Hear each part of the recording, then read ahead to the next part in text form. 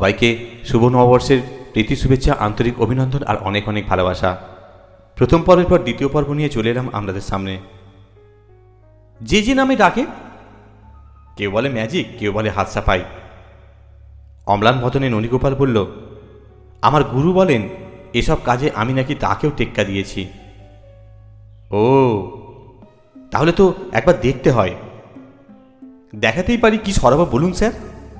খানা তুলে এগিয়ে দিলেন নন্দদুলাল। এটাকে হাওয়া করো দেখি। বাঁ হাতে চেটোয় চামচ রাখল নন্দগোপাল। ডান তালু দিয়ে চাপা দিল বাঁ হাত। তারপর দুটো হাত একসঙ্গে করে শূন্যে ঝাঁকালো খানিক। হঠাৎ ঝাঁ করে দুদিকে দুহাত ছড়িয়ে দিয়েছে। দেখুন স্যার, চামচ নেই। কিছুর মতো উল্লসিত। তাই তো আর কি ম্যানেজ করতে পারো তুমি? একটা থালা এনে দেবো? অত বড় জিনিসে অসুবিধে আছে স্যার। বললাম না, এ অতি সূক্ষ্ম কাজ। জিনিসটা ছোটোখাটো হবে, মানে দামি হবে, তবেই না হাত চলবে। ছোট্ট অথচ দামি জিনিস। নন্দদুলাল ভাবনায় পড়ে গেলেন। কীরকম বলো তো? এই ধরুন গিয়ে মাসিমার কানের দুলটুল, হাড়টার, কিংবা আংটি টাংটি। আঙুল থেকে সোনার আংটিটা খুলে দিলেন নন্দদুলাল। মুঠোয় চেপে মাত্র দুবার ফোঁ দিল ননীগোপাল। মুঠো খুলতেই আংটি উদাও।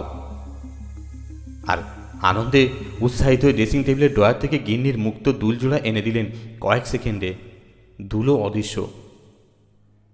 উত্তরোত্তর চমৎকৃত হচ্ছে নন্দদুলাল। আর আলমারি খুলে বের করে আনলেন সোনার বোতাম, সোনার চেন, রূপোর খুদে সিঁদুর কৌটো। আর নিমেষে সব মিলিয়ে গেল। আস্ত একখানা সোনার বালাও যখন কর্পূরের মতো উবে গেল, নন্দদুলালের চোখ তখন ঠিকরে বেরোয় আর কি। আপনি তো স্বরে বললেন, তুমি তো আইনস্টাইনকেও ঘোল খাওয়াবে হেনুনি। মাছকে তুমি এনার্জিতে পরিণত না করে নিশ্চিহ্ন করে দিচ্ছ। আইনস্টাইন? ননীগোপাল চোখ কুঁচ করলেন। তিনি কে? আমাদের লাইনের কেউ? আরে তিনি একজন মহান বিজ্ঞানী। তবে তুমিও লাজবাব, তোমারও তুলনা নেই। আপনি মহান বলে কদর দিলেন স্যার। তাই এবার জিনিসগুলো ফেরত এনে দাও।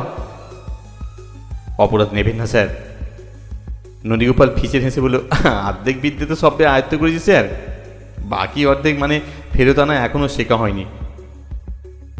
এ তো ভালো কথা নয়। নন্দদুলাল অসন্তুষ্ট হলেন। আর কোনো কিছু শিখতে হলে পুরোপুরি শিখবে। আধা খানিটা গান নিয়ে চক্রবে অভিমান্যুকে মারতে হয়েছিল, সে খবর রাখো। পরের বার যেন এমন অজুহাত না শুনি, বুঝলে? এই যে আজ্ঞে স্যার।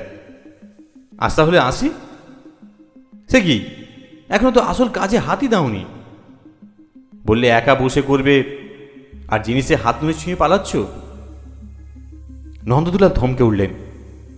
আমি ওভারে গিয়ে শুচ্ছি, তুমি ততক্ষণ টিভিটার গতি করে ফেলো। এই টিভিটার? হ্যাঁ, দামি রঙিন টিভি, সাবধানে হ্যান্ডেল করো। আর দেখো, গোটা ঘরে স্ক্রুটি ছড়িয়ে রেখো না, তোমার মাসিমা রাগ করবেন। আবার চোখ পিটপিট করছে ননীগোপাল, ঘাড় চুল করছে। আচমকা সুটকো চোয়াল, কান এঁটো করা হাসি। খোলাখুলি ঝামেলা না করে টিভিটা যদি নিয়ে যায় স্যার? নিয়ে গিয়ে মেরামত করবে? এ তো উত্তম প্রস্তাব। কিন্তু কাঁধে করে ধারে জিনিসটাকে বয়ে নিয়ে দিতে পারবে তুমি? একটা রিক্সা ডাকবো। Good idea. তবে রিক্সা ভাড়াটাও তোমাকে আমার দিয়ে দেওয়া উচিত। ফস করে মানি ব্যাগ থেকে একখানা 100 টাকার নোট বের করলেন নন্দদুলাল। এটা রাখো, আর ডেলিভারি দেওয়ার সময় তোমার মাসিমার সঙ্গে হিসেবটা প্লাস মাইনাস করে নিও। রিক্সায় টিভি চাপিয়ে ননীগোপাল বিদায় নেওয়ার পর 8 ঘন্টা কাটেনি দরজায় বেল। নন্দদুলালের গিন্নি ফিরে এসেছেন বাপের বাড়ি থেকে।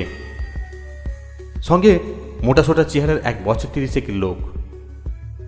অবাক মুখে নন্দদুলাল বললেন, তুমি এত তাড়াতাড়ি? আরে তোমার উপর ভরসা করে সুস্থির থাকা যায়? কোনো রকমের নাকে মুখে গুঁজেই বেরিয়ে পড়েছি। নন্দদুলাল গিন্নি ঘাম মুছছেন। পাড়ায় ঢুকে দেখি উনি দোকানে গালে হাত দিয়ে বসে। তুমি নাকি ওর ছায়াও মারাওনি। উনি কে?